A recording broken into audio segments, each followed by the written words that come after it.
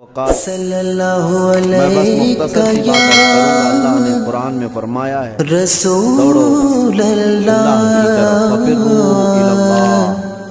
وسلم علیک یا حبیب۔ ناظرین آئیے سنتے ہیں فضیلت ماہ رمضان شریف جناب حضرت علامہ مولانا مفتی سلمان اظہری صاحب کو فاسد مادے ختم ہو جاتے ہیں، نکل جاتے ہیں۔ ڈاکٹرز بھی مشورہ دیتے ہیں مہینے میں ایک مرتبہ، ہفتے میں ایک مرتبہ باڈی کو فری چھوڑنا چاہیے۔ تو یہ تو جسمانی فائدے تو رکھے گئے ہیں، لیکن اگر تم روزہ اس نیت سے رکھ رہے ہو کہ میری باڈی صحیح ہوتی رہے، تو گویا کہ تم تو اپنی دنیاوی غرض سے روزہ رکھ رہے تھے۔ یہ فائدے تو ملنا ہی ملنا ہے، یہ فائدے یوں بھی ملیں گے اللہ تعالیٰ کی طرف سے آپ کو، لیکن نیت وہ نہیں۔ روزہ رکھنے کی نیت یہ ہو کہ میرا رب مجھ سے راضی ہو جائے اور مجھے رب تبارک و تعالیٰ کا خوف اور تقوی حاصل ہو جائے۔ نیت میں برکت ہے، اور جن کاموں کو آپ اچھی نیت سے کریں گے اسی طرح ان کاموں میں اثر بھی پیدا ہوگا۔ روزہ رکھنے سے پہلے آج نیت یہی کریں کہ مولا تعالیٰ یہ روزہ میرے تمام برے اعمال کے لیے کفارہ ہو جائے، یہ ڈھال بن جائے۔ جانتے ہیں آپ اپنے نفس امارہ کو روکنے کا سب سے بہترین آلہ بھوک ہے۔ بھوک، جتنا آدمی بھوک کے ذریعے سے اپنے نفس کو مار سکتا ہے دوسری کوئی چیز نہیں۔ آپ دیکھیں اس رمضان المبارک میں بہت ساری حلال چیزیں آپ کو حرام کر دی گئی ہیں، یعنی سحری سے لے کر افطاری تک۔ میں یہ نہیں کہہ رہا کہ شراب پینا حرام ہے، نشہ کرنا حرام ہے، وہ تو پوری زندگی بھر حرام ہے، لیکن آپ کو چاول روٹی تو حلال ہے نا، سبزے سیب پھل فروٹ تو حلال ہے، لیکن یہ حلال چیزیں بھی اللہ نے آپ پر حرام رکھی ہیں، روزے کے عالم میں نہیں کھا سکتے۔ سحری سے لے کر افطار تک یہ حلال لقمے، پانی تو حلال ہے، پاک ہے، لیکن آپ کے لیے روزے کے عالم میں حرام ہے۔ اسی طرح شادی شدہ مرد اپنی عورت کے ساتھ زندگی بھر کبھی بھی جمع کر سکتا ہے، رات میں سو سکتا ہے، لیکن حالت روزہ میں وہ حلال کام بھی حرام ہے۔ حلال کام بھی حرام ہے، اپنی عورت سے جمع کرنا حالت روزہ میں کیوں روکا گیا؟ کھانا پینا بھی حلال تھا، عورتوں کے ساتھ شباشی بھی حلال تھی، لیکن روزے کے عالم میں ان حلال چیزوں کو روکا گیا۔ تو آپ سوچ سکتے ہیں اس چیز کو، سوچ سکتے وجہ یہ ہے کہ حلال چیزوں سے آپ کو روک کر بڑے حرام چیزوں سے بچانا مقصود ہے۔ آج اگر اپنے آپ میں اتنا کنٹرول کر لے جاؤ کہ چند حلال چیزوں سے دن بھر بچ سکتے ہو، انشاءاللہ رمضان کے بعد بڑی حرام چیزوں سے بھی اللہ آپ کو محفوظ رکھے گا۔ میرے عزیزو، برا ہے ان لوگوں کا جن کو میرے آقا صلی اللہ تعالیٰ علیہ وسلم نے دعائے ہلاکت فرمائی۔ اس سے بدنصیب کوئی ہو سکتا ہے جن کے لیے رسول رحمت صلی اللہ تعالیٰ علیہ وسلم کی دعائے ہلاکت ہوئی ہو؟ حضور صلی اللہ تعالیٰ علیہ وسلم ایک دن مسجد نبوی شریف میں تشریف لے جا رہے تھے، ممبر پر آپ نے قدم رکھا، آمین کہا، پھر دوسرے زینے پر قدم رکھا، آمین کہا، تیسرے زینے پر قدم رکھا، آمین کہا۔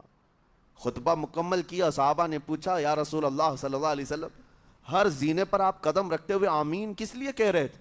سنو، رسول پاک صلی اللہ علیہ وسلم ارشاد فرماتے ہیں کہ میں جب پہلے زینے پر قدم رکھا تو سید الملائکہ جبرائیل امین آئے اور دعا کرنے لگے۔ کیا دعا کیا؟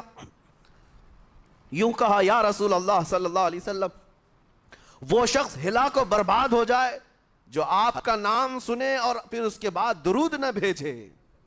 حضور فرماتے میں نے آمین کہا۔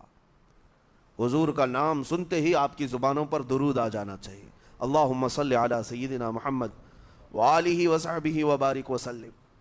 میرے آقا فرماتے ہیں دوسرے زینے پر قدم رکھا تو جبرائیل امین نے یوں کہا، یا رسول اللہ صلی اللہ علیہ وسلم وہ شخص ہلاک و برباد ہو جائے جو زندگی میں اپنے ماں اور باپ میں سے کسی ایک کے بڑھاپے کو پایا اور ان کی خدمت کر کے جنت نہیں حاصل کر سکا بلکہ ان کو ایسے ہی چھوڑے رکھا، ایسا شخص برباد ہو جائے۔ حضور فرماتے میں نے آمین کہا۔ پھر جبرائیل امین نے کہا، تیسرے زینے پر قدم رکھتے ہی میرے آقا فرماتے ہیں جبرائیل نے یوں دعا کی کہ اے اللہ کے رسول وہ شخص ہلاک و برباد ہو جائے جو رمضان کا مہینہ پایا لیکن اس کا ادب نہیں کر سکا۔ اس کا احترام نہیں کر سکا، حضور فرماتے میں نے اس پر بھی آمین کہا جس کی ہلاکت کے لیے جبرائیل امین دعا کر رہے ہوں اور اس دعا پر سید الانبیاء آمین کہہ رہے ہوں، ایسے شخص کی بربادی کا کیا انجام ہو سکتا ہے؟ وہ کتنا بد نصیب ہوگا۔ اسی لیے میرے عزیزوں، مسلمانوں میں یہ رواج ہی نہیں ہونا چاہیے کہ اٹھ کر کے پوچھتے رہیں روزہ ہے کہ نہیں ہے، روزہ ہے کہ نہیں ہے۔ مسلمان ہے تو روزہ ہے، اور یہ کوئی آپشنلی عبادت نہیں ہے کہ 4 رکھ لیا 2 نہیں رکھا، آپشنلی نہیں، یہ فرض عین ہے۔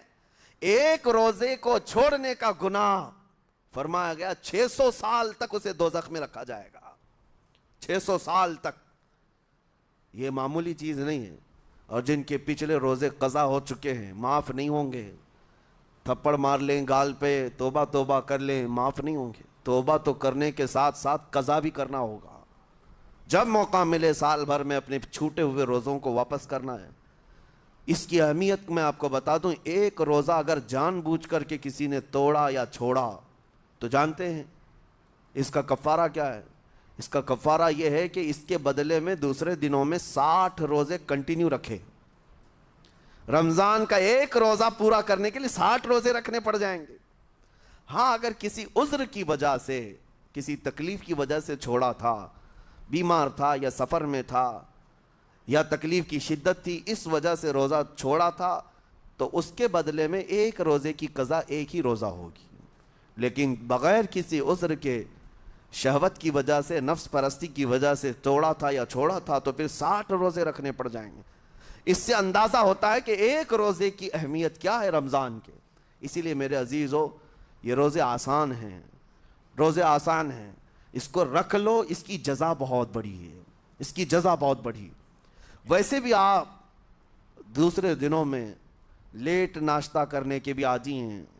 ممبئی والوں کا تو حال یہی ہے، 12 بجے کے بعد 1 بجے 2 بجے تو ان کے ناشتے ہوتے ہیں، دوپہر کا کھانا تو شام 5 بجے ہو رہا ہوتا ہے۔ بس وہ ناشتہ اسکپ کرنا ہے، دوپہر کے کھانے جو آپ کے ہوتے ہیں اس سے اور تھوڑا ایکسٹینڈ کر لیں تو افطاری کا وقت آ جاتا ہے۔ کوئی بہت بڑی دقت کی بات نہیں، کوئی بہت بڑے بوجھ کی بات نہیں، آسان ہے۔ آج الحمدللہ ہمارے 5 سال 6 سال کے بچے روزہ رکھ لیتے ہیں، تو بڑوں کو تو اللہ نے جو طاقت عطا کی ہے، روزہ ہرگز ترک مت کرو۔